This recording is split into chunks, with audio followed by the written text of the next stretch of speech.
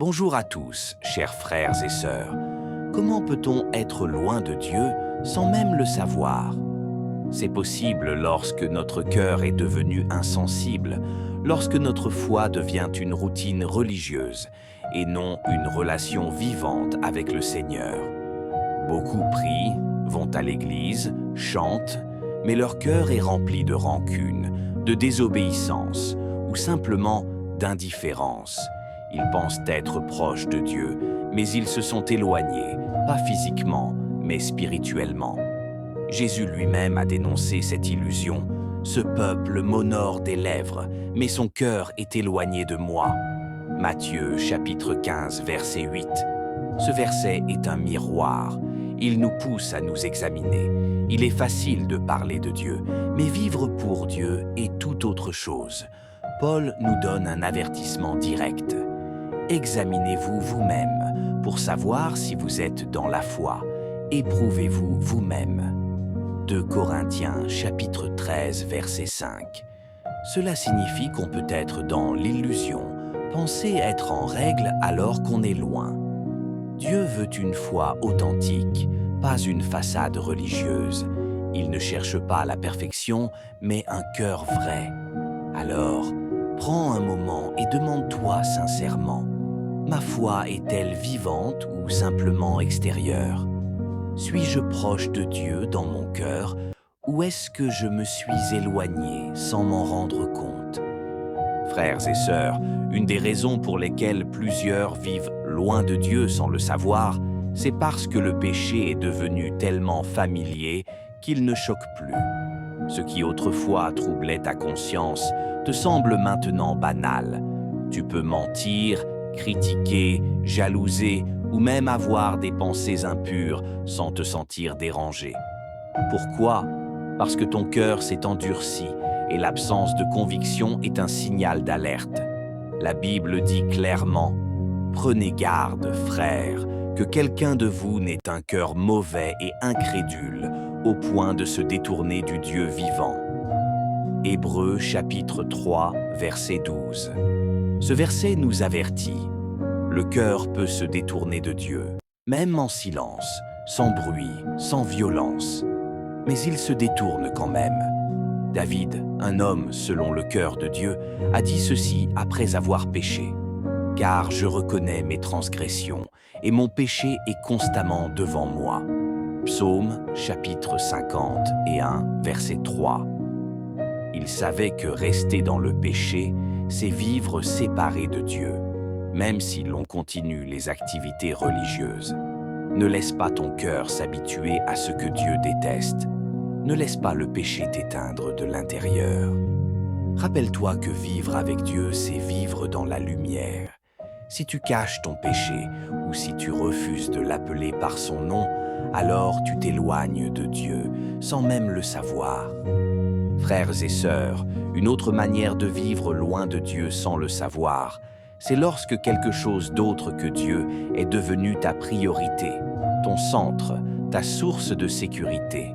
Ça peut être ton travail, ta famille, ton téléphone, tes ambitions personnelles ou même ton ministère. Tout ce qui prend la première place dans ton cœur devient une idole, même si tu ne l'appelles pas ainsi. Dieu est clair à ce sujet. Tu n'auras pas d'autre Dieu devant ma face. Exode chapitre 20, verset 3. Ce commandement n'a pas changé. Dieu veut être le premier. Pas en parole, mais dans ta vie quotidienne. Si tu consultes ton téléphone plus que ta Bible, si tu cherches d'abord les conseils des hommes avant de chercher Dieu dans la prière, alors tu vis loin de lui sans le savoir. Jésus nous avertit aussi avec force. Car là où est ton trésor, là aussi sera ton cœur. Matthieu chapitre 6, versets 20 et 1. Ton cœur suit ce que tu valorises le plus. Si Dieu est juste un complément à ta vie et non le fondement, alors tu es déjà en train de glisser loin de lui. Ce glissement est silencieux, progressif, mais réel. Et le plus dangereux, c'est qu'il ne te choque plus. Ton feu intérieur s'éteint doucement pendant que tu continues à chanter, à servir, à parler de Dieu. mais sans vivre pour lui réellement. Il est temps de vérifier ton cœur. Dieu ne veut pas la deuxième place, il veut ton tout. Frères et sœurs, un piège subtil qui nous éloigne de Dieu est l'orgueil. Ce sentiment que l'on sait mieux, que l'on peut tout gérer seul, que l'on n'a pas besoin d'aide divine. L'orgueil pousse à fermer son cœur à Dieu, à rejeter ses conseils, à vivre comme si nous étions maîtres de notre destinée. La Bible nous avertit fermement. L'orgueil précède la ruine et l'arrogance précède la chute. Proverbe, chapitre 16, verset 18. C'est un avertissement clair. L'orgueil détruit la relation avec Dieu et cause une chute spirituelle profonde. Paul rappelle aux chrétiens d'Éphèse que la vraie force vient de Dieu, non de nous-mêmes. Je puis tout par celui qui me fortifie. Philippiens, chapitre 4, verset 13. Reconnaître notre faiblesse est le premier pas vers l'humilité et la vraie proximité avec Dieu.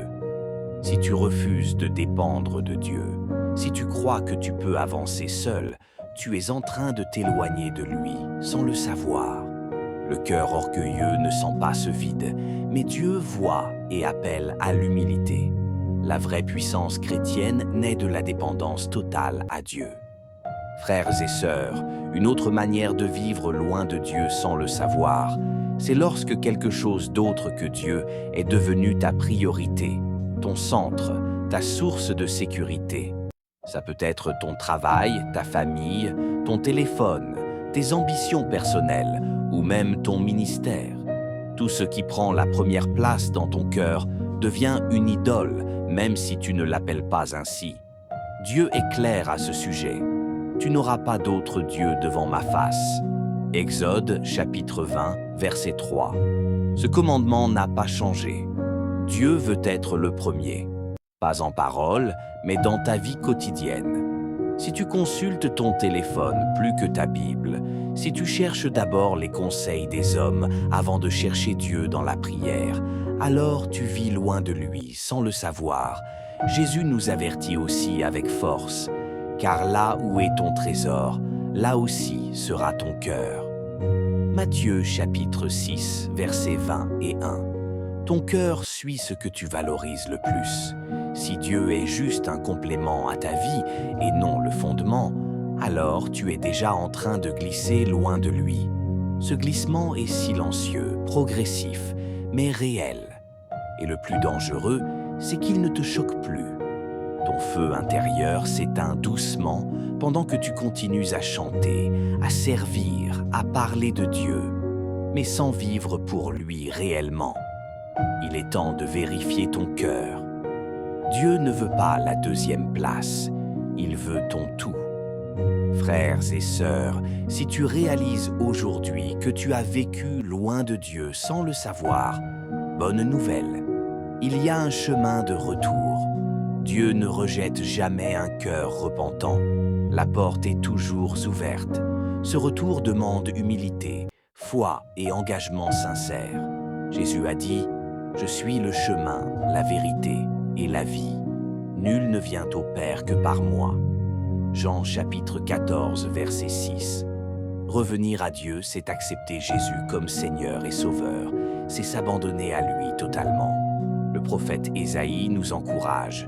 Venez et retournons à l'Éternel, car il a déchiré, mais il guérira. Il a frappé, mais il pansera. Ésaïe chapitre 6, verset 1. Dieu guérit, restaure, renouvelle.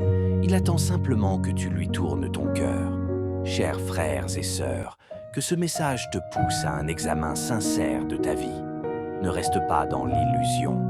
Dieu t'aime d'un amour infini et désire une relation vraie avec toi. N'attends pas un autre jour pour revenir à lui, car chaque jour est une nouvelle chance. Je te bénis au nom de Jésus-Christ. Que le Saint-Esprit éclaire ton cœur, te guide vers la vérité et te donne la force de vivre pleinement pour Dieu. N'oublie pas, une foi authentique transforme, guérit et rapproche de Dieu. Prends cette décision aujourd'hui. Que Dieu te garde et te bénisse abondamment.